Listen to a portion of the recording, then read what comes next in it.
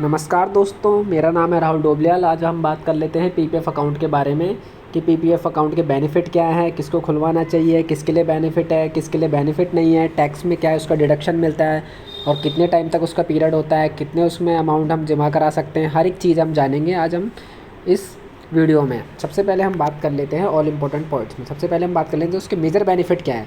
Major benefit जो आपको सबसे पहला पॉइंट आपको दिख ही रहा है, जो मैंने स्क्रीन के ऊपर लिख रखा है, risk free investment. PPF account की जो इन्वेस्टमेंट है वो एकदम रिस्क फ्री इन्वेस्टमेंट है, क्योंकि ये ऐसे नहीं कि इक्विटी की तरह की इक्विटी में 100% रिस्क रहता है, मार्केट के ऊपर डिपेंड रहता है। इक्विटी म्यूचुअल फंड भी ऐसे ही रहते हैं, वो मार्केट के ऊपर डिपेंड रहता है। तो ये है एक तरीके की रिस्क फ्री इन्वेस्टमेंट। इसमें फ़िक्स रेट आपको दे दिया जाता है, जो वो उसमें आपको उतना इंटरेस्ट मिलता रहता है पर एनम। दूसरा इसका tax free return. Tax free return मतलब जितना भी आपको इंटरेस्ट से आप रिटर्न कमाओगे, जितना भी आप 15 साल बाद इसका रिटर्न कमाओगे, वो आपका टैक्स फ्री होता है। उस पर गवर्नमेंट कोई टैक्स नहीं लेती है। सबसे बड़ा जो इसका बेनिफिट है यही है, टैक्स फ्री होता है ये। और तीसरी हम बात कर लेंगे टैक्स रिबेट अंडर 80C। एक तो ये टैक्स फ्री भी है, ऊपर से आपको टैक्स रिबेट भी मिलता है। सेक्शन 80C के अंदर मैक्सिमम 1.5 लाख रुपये तक आपको रिबेट मिल जाता है 80C के अंदर इनकम टैक्स में। और आगे चलते हैं हम, एलिजिबिलिटी किसकी है, मतलब कौन कौन इसको खुलवा सकता है। तो इसको सबसे पहले एक रेजिडेंटल इंडिविजुअल होना चाहिए बंदा, और इंडियन बंदा होना चाहिए। एक बंदा एक ही अकाउंट खुलवा सकता है, ठीक है। माइनर अकाउंट खुलवा सकता है, लेकिन उसके में कोई बंदा जो मेजर हो, जो उसके अकाउंट की देखभाल करे। और एनआरआई को ये अकाउंट नहीं खुलवा सकता है, एनआरआई नॉट अलाउड है, जैसा कि आप मेरे स्क्रीन में देख रहे हैं। अब कहाँ कहाँ हम ये पीपीएफ अकाउंट खुलवा सकते हैं। सबसे पहले हम पोस्ट ऑफिस में जाके खुलवा सकते हैं, और किसी ऑथराइज बैंक में जाके खुलवा सकते हैं।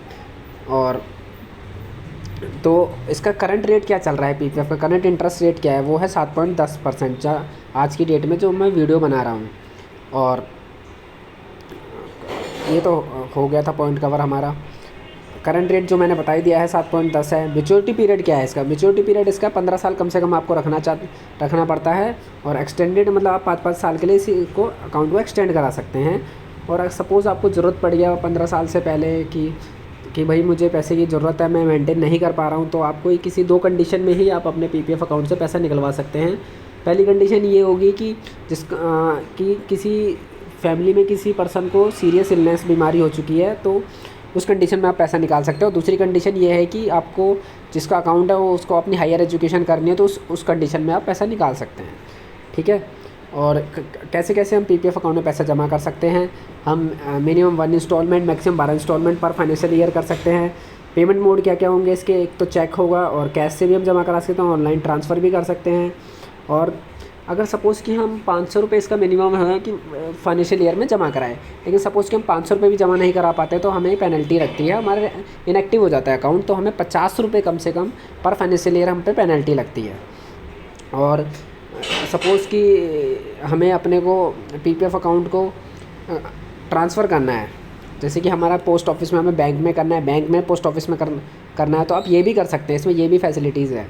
तो पीपीएफ अकाउंट का सबसे बड़ा जो बेनिफिट मुझे सही लगा कि वो एक तो रिस्क फ्री इन्वेस्टमेंट है, ऊपर से आपको टैक्स में भी रिबेट मिलता है। तो यही है पीपीएफ अकाउंट के बारे में। अगर आप कुछ और भी जानते हैं तो चैनल में कमेंट करिए और बताइए कि मेरे से कोई पॉइंट मिस हुआ हो। और ऐसी फाइनेंशियल न्यूज़ को जानने के लिए फाइनेंशियल अकाउंट्स को कि कहाँ आपको ओपन करना चाहिए, कहाँ मेडिकल क्लेम लेना चाहिए, चैनल को सब्सक्राइब करें ऐसी न्यूज़ के लिए, और बेल आइकन को प्रेस करें।